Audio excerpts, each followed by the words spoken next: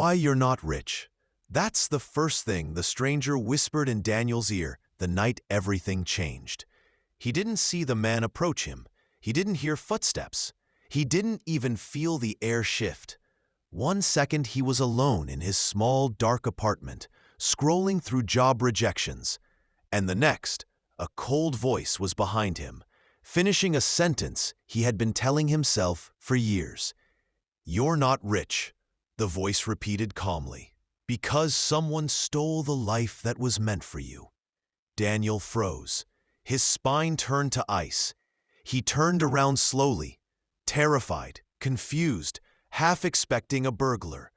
But what he saw was far worse. A man stood in the middle of his living room, wearing Daniel's clothes. Not similar clothes, not the same style, his exact outfit. Same jacket, same shirt, same scar on the wrist, same tired eyes. The only difference was that this version of him looked older, stronger, cleaner, richer, and much more dangerous. Daniel stumbled back. Who are you?" The man stepped forward, smiling the way a predator smiles at prey that doesn't know it's already cornered. "I'm you," he said, "but from a future you were never allowed to reach." Daniel shook his head violently. "This is impossible. You're crazy. You broke into the wrong apartment." The man raised a single finger. Instantly, the lights flickered. Daniel's phone buzzed violently, the screen glitching before shutting off completely. The air grew heavier, pressing against his chest like invisible hands. "You think you lost money," the stranger continued. "You think you missed opportunities. You think life was unfair." He leaned closer, voice dropping to a whisper. "But the truth is much simpler. Someone has been stealing your decisions, your success, your wealth. Every moment you could have won was rewritten." Daniel felt like vomiting. Rewritten by who? The man turned his head slowly toward the window. And that's when Daniel saw it. Across the street, in the top floor of the abandoned building, someone was watching him. A tall silhouette, perfectly still. No movement, no blinking, just staring straight into Daniel's apartment. Daniel grabbed the curtain instinctively, but the older version of himself slammed the window shut first. "Do not let him see you panic," the man warned. "Fear feeds him." Daniel felt sweat soaking his shirt. "Who is he?" The older Daniel's voice trembled, not with fear, but with rage. "He is the thief of timelines, the architect of broken futures, the reason you're living a life smaller than your potential." He paused. "And the reason I cross time to save what's left of you." Daniel's heart hammered. This doesn't make sense. Why would someone steal my life? I'm not rich. I'm not powerful. I'm nothing. The older Daniel jaw tightened. "You were supposed to be one of the richest men on the planet." Silence. Daniel laughed nervously. "You're insane." The older version grabbed Daniel and slammed his palm onto the table. A hologram exploded into existence. Blue, glowing, vibrating like a heartbeat. It showed numbers, graphs, blueprints, buildings, investments. A future worth billions. Daniel's future, or at least a version of it. A knot formed in Daniel's stomach. He didn't know what scared him more, the idea that the man was lying, or the possibility that he wasn't. The older Daniel pointed at the hologram. "This was your destiny before he found you." Daniel swallowed hard. "What does he want from me?" "Not you," the man replied. "He wants your choices. He wants your potential. He wants the version of you that could have changed." The room shook, just slightly. The lights dimmed again. The shadow in the building across the street tilted its head. "He knows I'm here," the older Daniel whispered. "We don't have much time." Daniel backed away, What do you want from me? Why come now?" The older version held out a metallic device, something dense glowing faintly from within. "This," he said, "is the key to getting your life back." Daniel hesitated. "What does it do?" "It restores the timeline that was stolen from you. But once you activate it, he will come for you himself." "Why me?" Daniel shouted. "Why can't you do it?" The older Daniel stepped closer, eyes burning with a truth too heavy to hold. "Because in my timeline, I already failed." Daniel's breath caught. "I lost everything," the older version continued. "My wealth, my mind, my future. My world collapsed because I wasn't strong enough to face him." He placed the device firmly into Daniel's shaking hands. "But you—" The shadow moved. Daniel felt the floor vibrate. Something powerful, something ancient, was crossing from the building toward his apartment. Glass creaked. The walls hummed. A low, unnatural growl echoed through the hallway. The older Daniel grabbed him by the collar. "When the moment comes," he whispered, "you must choose between the life you know and the life that was stolen from you." The door handle twisted, slowly, deliberately, as if whatever was outside already knew it had won. Daniel swallowed, clutching the device to his chest. "What happens if I choose wrong?" he asked. The older Daniel smiled sadly. "You won't live long enough to regret it." The door burst open, and the world Daniel knew ended. And that was the moment when everything Liam believed about success, fate, and the future collapsed. He stared at the old man, this older version of himself, waiting for the truth he somehow feared more than poverty itself. The old man sighed, rubbing his hands slowly, as if trying to warm himself from memories that still burned. "Listen carefully, Liam, because what I'm about to tell you is the reason you are not rich, not successful, not free." Liam swallowed. "Tell me." The old man leaned forward. "You mistook movement for progress. You worked every day, but you never advanced. You confused being busy with becoming better." Liam blinked. "What do you mean?" "You spent years building someone else's dream, waking up early, following orders, collecting a salary just big enough to keep you from quitting. You survived, but you never lived. The truth is," he paused, voice trembling, "you were afraid, not of failure, but of responsibility. Afraid of the price you'd have to pay to become wealthy." Liam's chest tightened. "But I worked hard. I sacrificed." "Yes," the old man whispered, "but only in the ways that were comfortable. You avoided the uncomfortable sacrifices, the ones that lead to real change. You wanted success without the pain that forges it." Wind rushed through the abandoned station, carrying dust and echoes of trains that no longer passed. Liam's heartbeat drowned everything. "So what do I do?" he asked, voice cracking. "How do I change this future?"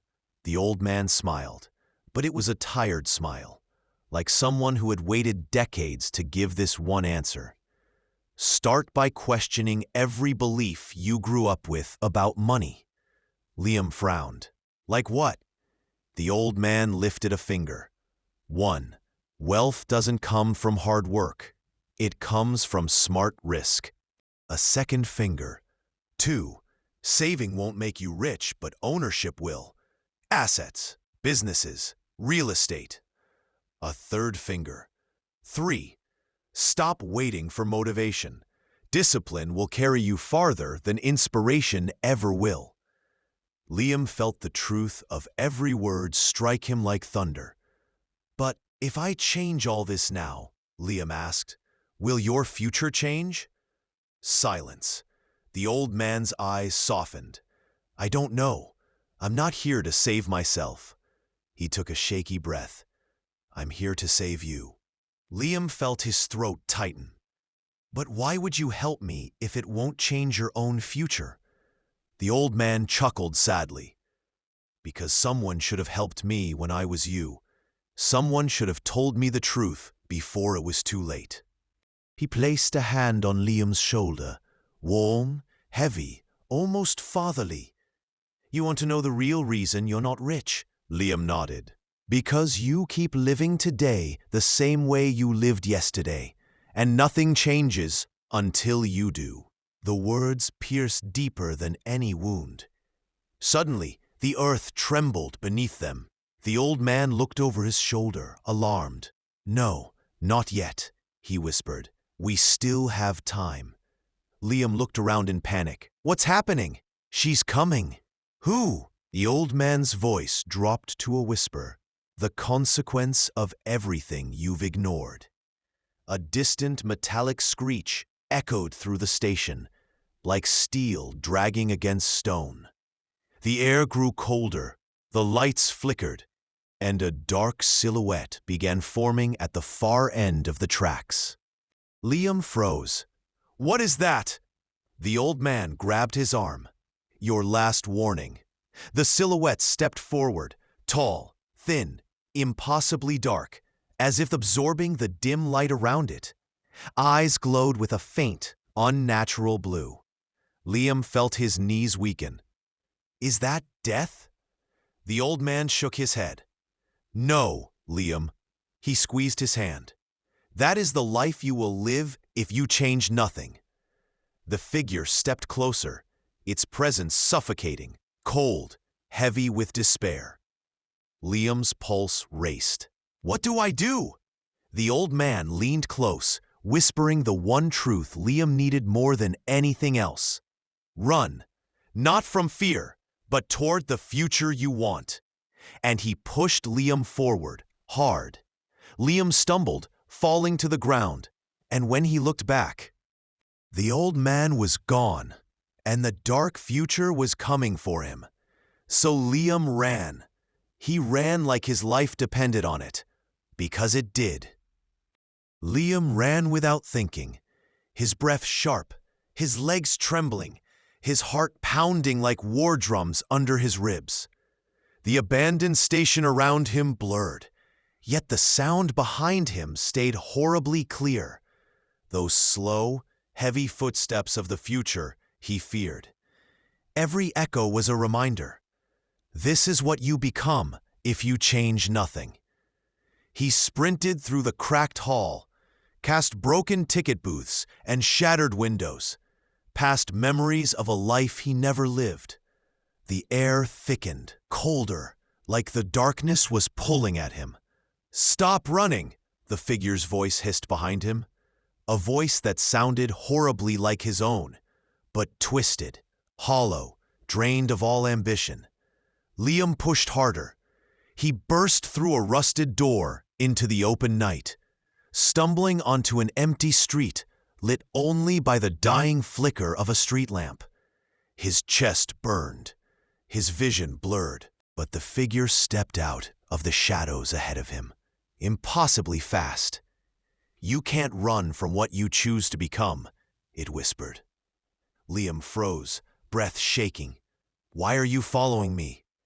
The figure tilted its head, the faint blue glow of its eyes cutting through the darkness. I am not following you, it said.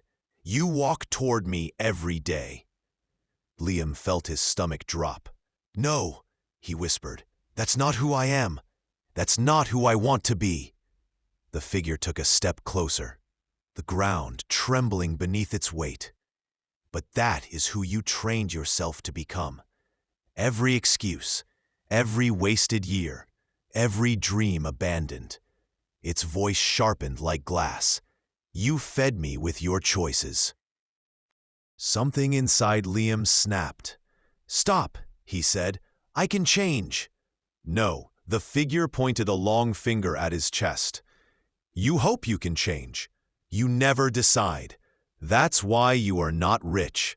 That's why you are not successful. That's why your future looks like me." Liam shook his head violently. "I don't believe that," he whispered. A familiar voice spoke behind him. "You should." Liam turned, and a second figure emerged from the shadows. The old man, but not the version Liam had met earlier. This one looked worse. Broken, limping, eyes filled with regret so deep it felt endless. He looked like a soul that had waited too long to try. Two futures, both terrifying. Liam staggered backward. What is happening to me?" The old man drew closer. "These are the two endings of your life," he said softly. "One where you become a prisoner of comfort, and one where you become a prisoner of regret." Liam felt tears burn his eyes. Then where is the version of me who succeeded? The version who became rich, powerful, free? Silence. Wind hissed through the empty street. The old man looked away. The dark figure smiled. "There is no version like that," they said together. Liam's heart dropped. "What do you mean?"